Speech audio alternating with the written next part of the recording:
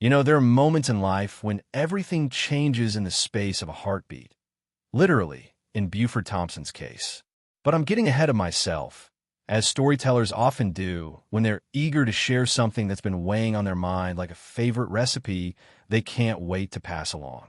Picture, if you will, a man of 68 winters, the kind who still believes in keeping his word and holding doors open for strangers. Buford had spent the better part of his life being what folks used to call a good provider, one of those steady souls who showed up every day, paid his bills on time, and never complained when the coffee was too weak or the news too grim. He was the sort of man who remembered when a handshake meant something and when families gathered around one table for Sunday dinner, even if the conversation sometimes ran thin.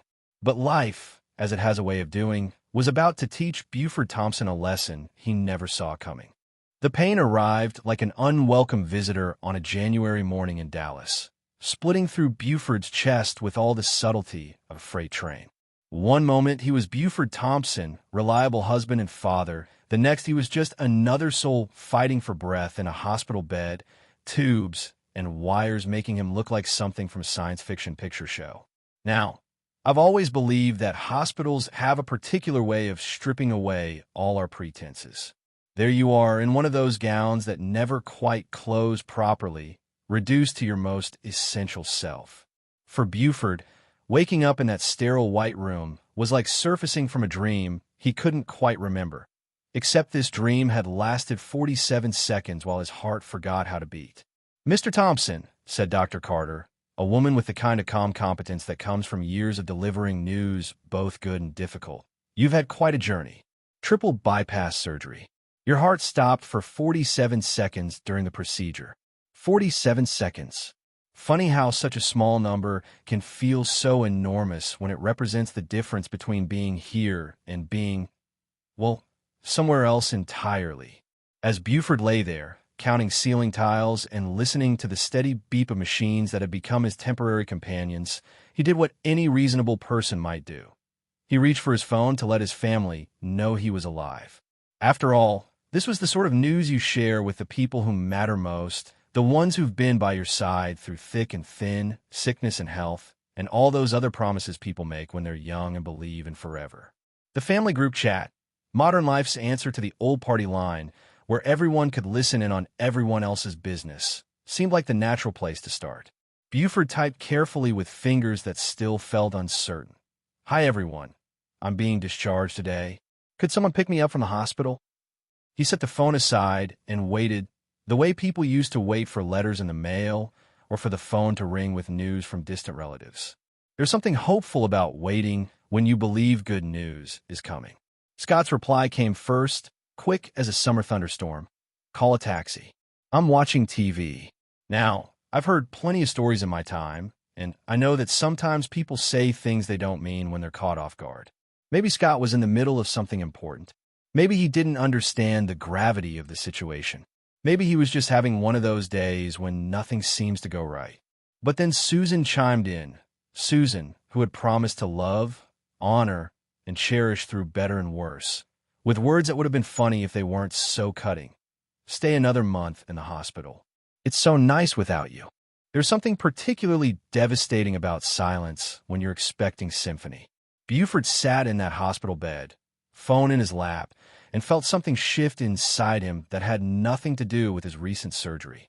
It was the sound of assumptions crumbling, of 45 years of marriage and 28 years of fatherhood rearranging themselves into a picture he didn't recognize. For 2 weeks, 2 entire weeks, while Buford learned to breathe again, to walk without assistance, to trust his mended heart to keep time with his days, his phone remained stubbornly quiet. No anxious calls from Susan wondering how he was feeling. No visits from Scott bearing get-well cards or even gas station flowers. Nothing but the gentle ministrations of nurses like Jennifer, who had the grace to pretend she didn't notice when her patients stared too long at silent phones. "Family can be complicated," Jennifer had said one evening, and Buford had nodded because it seemed like the polite thing to do.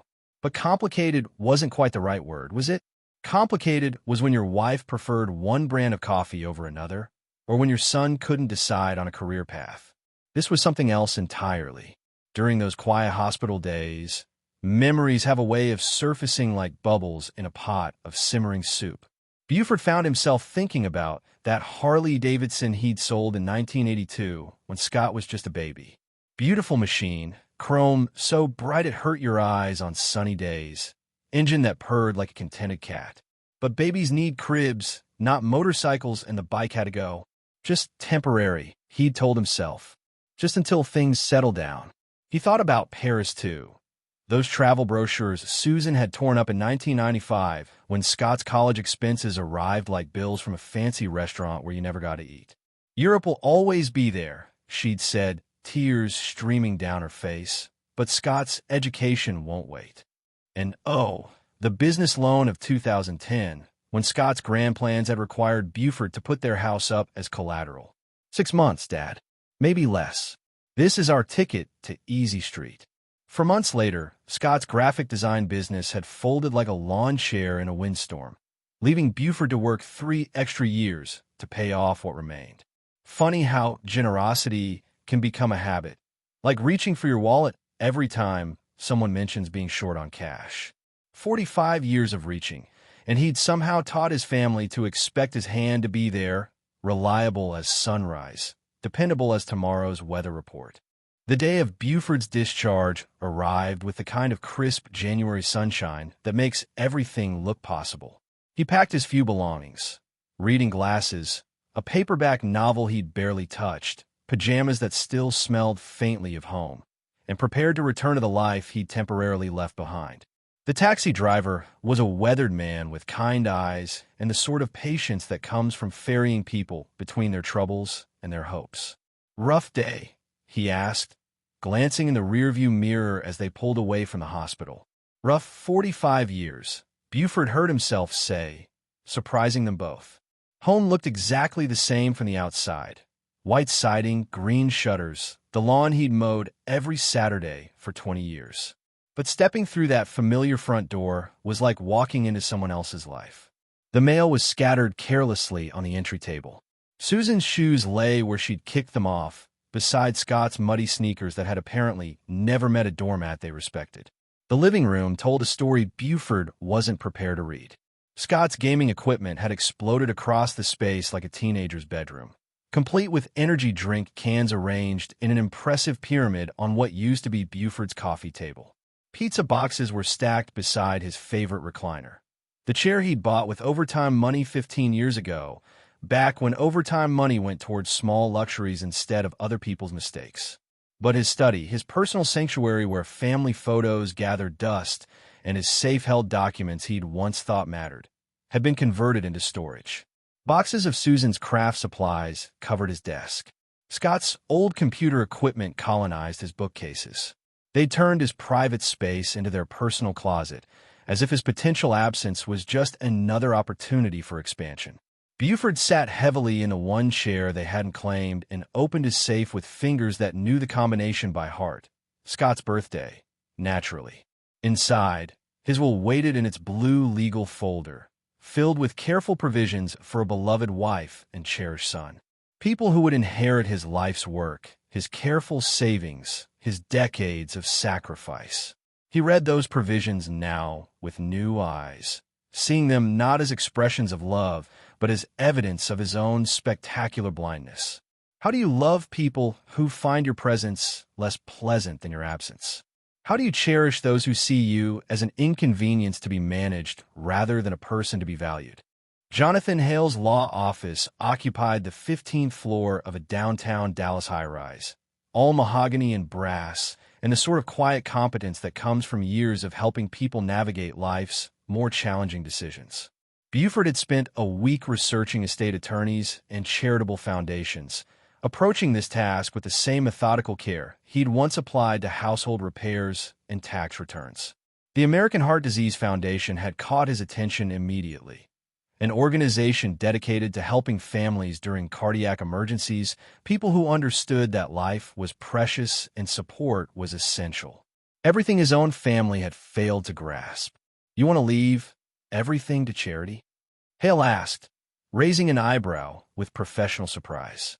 That's quite a significant change from your current will. Buford explained about the surgery, about 47 seconds of clinical death, about 2 weeks of hospital silence, followed by text messages that revealed his family's true priorities. Hale listened with the sort of attention that lawyers learn to provide when clients need to be heard as much as advised. Are you making this decision while you're angry? Hale asked gently. Sometimes after a medical crisis, I've had time to think about it. Buford interrupted, opening a folder of printed emails, bank statements, and medical records. This isn't anger. This is clarity. The new will took an hour to draft, each paragraph carefully worded to ensure there would be no confusion about Buford's intentions. No mention of Susan, no provision for Scott, just clean legal language that would transform a lifetime of assumptions into a very different reality. The Foundation will want to meet with you, Hale explained as Buford signed the documents. They'll likely want to discuss media opportunities. Public recognition for your generosity could help their fundraising efforts. Public recognition. The phrase had a lovely ring to it, didn't it? After 45 years of private sacrifice, perhaps it was time for a little public vindication. Rebecca Mills from the Foundation understood the value of a compelling story. Her office walls displayed awards and framed newspaper clippings from successful campaigns, evidence of someone who knew how to transform personal pain into public purpose. Your story could save lives, she said after Buford had explained his situation. People need to understand how vital family support is during medical crises. Your experience could prevent other families from making the same mistakes. The television interview was scheduled for that afternoon, Channel 8, during Heart Disease Awareness Week. Perfect timing for maximum impact. Rebecca coached him on key messages, encouraging him to be honest about his family's abandonment without being cruel. Don't hold back, she advised. People respond to authentic emotion. David Martinez, the interviewer, had the sort of sympathetic professionalism that made difficult conversations feel manageable. Under the bright studio lights, Buford found himself telling the truth about 45 years of one-sided devotion, about text messages that revealed his family's priorities, about the decision to leave everything to people who actually valued life and family support. Do you have any regrets about this decision? Martinez asked. Buford looked directly into the camera, thinking of all the viewers who might be struggling with similar family dynamics, who might need to hear that self-respect wasn't selfish. My only regret, he said quietly, is that it took me 68 years to understand my own worth. Back in the Thompson living room, Susan was flipping through magazines while Scott divided his attention between his video game and whatever was happening on the evening news. Leftover pizza boxes and empty soda cans showed how comfortably they'd settled into life without Buford's constant presence. Nothing ever happens in this stupid town, Scott muttered, mashing buttons on his controller. Susan looked up from her magazine. At least we don't have to deal with your father's constant worrying about every little expense. They both laughed, completely unaware that their comfortable assumptions were about to collide with reality in the most public way possible. A Dallas area man is making headlines tonight, the news anchor announced, after donating his house to charity. But it's the reason behind his generosity that has everyone talking. The house on the television screen looked exactly like theirs. Same white siding, same green shutters, same oak tree that Scott had climbed as a boy. But it couldn't be. This had to be some kind of mistake, some cosmic coincidence that. Then Buford's face filled the screen, calm and dignified, explaining his situation to thousands of strangers with the same matter-of-fact tone he'd once used to discuss weather or weekend plans. When I asked my family to pick me up from the hospital, Buford said, my son told me to call a taxi because he was watching television. My wife said I should stay another month because it was so good without me. Scott's game controller slipped from his fingers. Susan's magazine fell to the floor. They sat in stunned silence as their private cruelty became public knowledge, broadcast to every living room in the Dallas area and beyond. The panic began immediately. Frantic phone calls that went straight to voicemail, text messages that multiplied like rabbits, 67 attempts to reach a man who had finally stopped making himself available for their convenience. By 10 o'clock that night, they understood the magnitude of their situation. The house, the bank accounts, the retirement funds. Everything belonged to Buford. They'd lived so comfortably for so long that they'd forgotten they owned nothing except their own capacity to take care of themselves. Buford came home the next morning to find them waiting like supplicants in a throne room, having spent the night rehearsing arguments that might save their comfortable life. But this was a different Buford than the one who'd left for the hospital 3 weeks earlier. Calmer somehow, as if surviving death had taught him something about living. "We're your family," Scott said desperately. "You can't just abandon us." "Family?" Buford hung up his coat with deliberate care. "When I was in the hospital fighting for my life, did either of you call even once?" The arguments that followed had the hollow ring of people trying to rewrite history, while the evidence was still fresh in everyone's memory. Susan tried tears, Scott attempted anger. Both fell back on appeals to duty and blood and 45 years of shared history. But Buford had spent those hospital weeks remembering a different history, one where his dreams were always secondary to their needs, where his sacrifices were expected rather than appreciated, where his potential death was seen as an opportunity for uninterrupted television viewing. "You have 24 hours to leave this house," he said quietly, pouring his coffee with steady hands. "The foundation will take possession next month." The packing was chaos. 45 years of accumulated possessions, less than 24 hours to sort through decades of shared life. Susan kept running back inside for one more essential item while Scott debated whether his old computer games were worth the trunk space. Neighbors peered from behind curtains as Channel 8's news van had arrived earlier to film the house that would soon belong to charity. Mrs. Henderson from next door came over with the sort of curiosity that neighborhood drama inspires. "Everything all right, Buford?" she asked. "Just some family changes," he replied pleasantly. "Nothing to worry about." By 6 o'clock exactly, 24 hours after his ultimatum, both cars were pulling out of his driveway, packed beyond capacity with the debris of their shared life. Susan was crying, Scott was angry, but they were gone. Buford sat on his porch until dark, watching the sun set over his quiet neighborhood. For the first time in 45 years, he was completely alone. The silence was beautiful. What followed was a season of discovery that surprised everyone, most of all Buford himself. The travel brochures he'd hidden in his desk drawer for 20 years finally saw daylight. Colorado mountains, Arizona deserts, national parks he'd dreamed of visiting but never had time to explore. Time? Suddenly he had nothing but time. February took him to Big Bend National Park, where he learned the art of camping alone under stars that seemed close enough to pluck from the sky. Around a campfire one evening, he met Tom, a retired teacher from Oklahoma who became the first real friend Buford had made in decades. "First time out here?" Tom asked, noting Buford's brand new camping gear. "First time anywhere, really," Buford admitted. "I'm 68, and this is my first trip just for pleasure." Tom laughed with the warmth of someone who understood life's ironies. "Well, son, it's never too late to start living for yourself." March brought Colorado and mountain air that challenged his recovering heart, but filled him with energy he hadn't felt in years. He discovered photography that month, buying his first real camera since his wedding day and learning to see the world through a different lens. Snow-capped peaks reflected in crystal lakes, wildflowers blooming in high meadows, sunrise painting granite cliffs gold. "You're glowing," Dr. Carter observed during his regular checkup. "Your recovery is remarkable." "What's changed?" "Everything," Buford told her. "I'm finally living for myself." His work with the foundation intensified throughout spring and summer. Rebecca featured his travel photographs in their newsletters, showing other heart patients that life after surgery could be an adventure rather than just survival.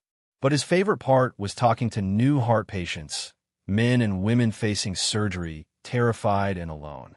Family support matters, he'd tell them, sharing not just medical details but the emotional journey of discovering self-worth. But self-respect matters more. The seasons rolled by like pages in a book he was finally allowed to write for himself. Arizona's desert bloomed with unexpected colors. Utah's red rocks challenged his photography skills. New Mexico's ancient ruins connected him to history stretching back centuries before his own small troubles seemed significant. Tom and Sarah, a widow from Denver who taught him advanced photography techniques, became regular traveling companions. For the first time in his adult life, he had friends based on shared interests rather than family obligation. "You're like a different person," Sarah observed one evening as they watched sunset from their campsite in Zion. "What were you like before?" "Tired," Buford said simply. "Very, very tired." Summer's end found Buford back in Arlington, not because he had to return, but because he chose to. The house felt welcoming now, his sanctuary rather than his prison. He was reviewing photographs from Colorado in his favorite downtown coffee shop when a familiar shadow fell across his table. Scott stood there hesitant, looking different somehow. The perpetual gaming attire had been replaced by business casual clothes, and his posture suggested someone who'd learned to carry real responsibility. 6 months of independence had aged him in ways that seemed to fit better than his previous extended adolescence. "Dad," his voice was uncertain. "Could I sit down for a minute?" Buford gestured to the empty chair, curious about this transformation. Whatever Scott had been doing with his time, it had apparently involved learning to stand on his own feet. "You look well," Scott said, settling into his chair. "Tan, healthy. Travel agrees with you." "It does," Buford agreed, not putting away his photo album, but not hiding it either. "How are things with you, son?" "Different." Scott paused, choosing his words with care that Buford didn't remember from their previous conversations. "I found a job, full-time position at an advertising agency downtown, and I rented an apartment. Small place, but it's mine. I pay my own rent, buy my own groceries." He showed Buford photographs on his phone. A modest studio apartment, clean and organized. Sparse furniture, but everything purposeful and neat. The sort of place that suggested someone learning to take care of himself rather than expecting others to do it for him. "How's your mother managing?" Buford asked. "She's learning too. Got a job at Macy's, has her own place. We don't see each other much anymore, both too busy working." They talked for over an hour, Scott sharing details about deadlines and difficult clients, the satisfaction of earning his own paycheck. He showed genuine interest in Buford's travels, asking about places visited and plans for future adventures. "Dad," Scott said as they prepared to leave, "I'm not asking for forgiveness. I'm not asking to move back home, or for money, or for you to change your will. I just wanted you to know that I understand now what we did to you, how wrong it was. Maybe we could have coffee sometimes, like this if you want to." "Maybe we could," Buford said carefully. "No promises about anything else, but maybe we can build something new. Something healthier." "I'd like that," Scott said, his smile cautious but genuinely hopeful. "And Dad, I'm glad you're finally happy."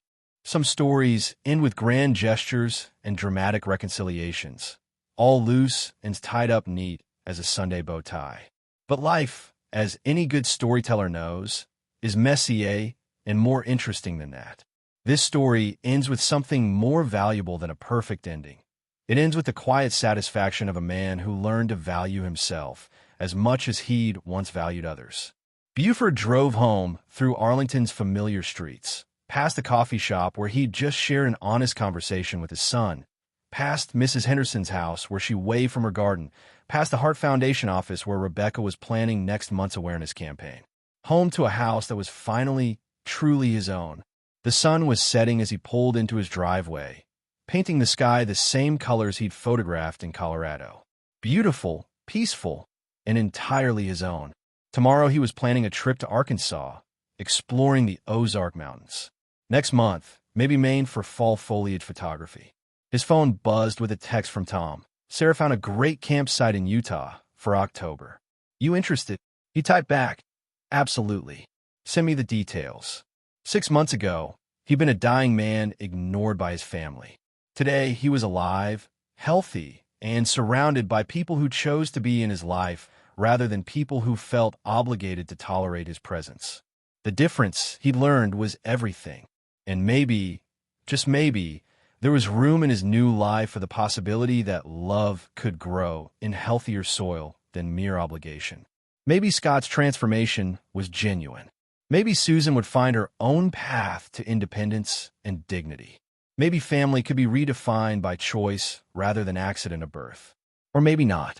But that was tomorrow's story, and Buford Thompson had finally learned the most important lesson of all. He was worth waiting to see how it turned out. The heart, after all, is remarkably resilient. It can stop for 47 seconds and still remember how to beat. It can break and still learn to love again. It can close itself off for 45 years and still open to new possibilities when the right season arrives. Sometimes the best stories are the ones where people finally learn to write their own endings. And that, friends, is the heart of the matter. Not just the organ that keeps us alive, but the spirit that helps us understand what makes life worth living.